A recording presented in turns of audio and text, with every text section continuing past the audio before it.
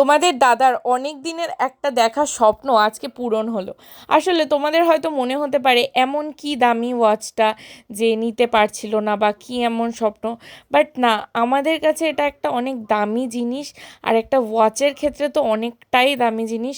তো এটা ওর অনেক দিন ধরে খুব একটা পছন্দের ওয়াচ ছিল, যেটাও কিছুদিন আগেও আমার সাথে গিয়ে দেখে এসেছিলো। বাট সত্যি কথা বলতে ফাইন্যান্সিয়াল প্রবলেমের জন্য আমিও ওকে সেটা দিতে পারিনি, বাট ও নিতে পারেনি।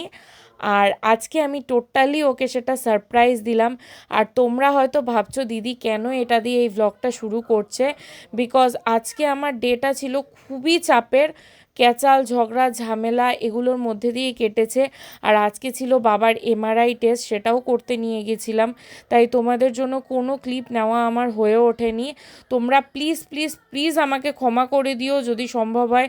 যেহেতু তোমাদের আমি প্রমিস করেছি 365 ডেজ মিনি ব্লগ দিব, তাই আমি সেই প্রমিসটা ব্রেক করতে চাইনি। এতটুকুই ক্লিপ নিতে পেরেছি, সেটা দিয়েই আমি মিনি ব্লগটা আপলোড করছি।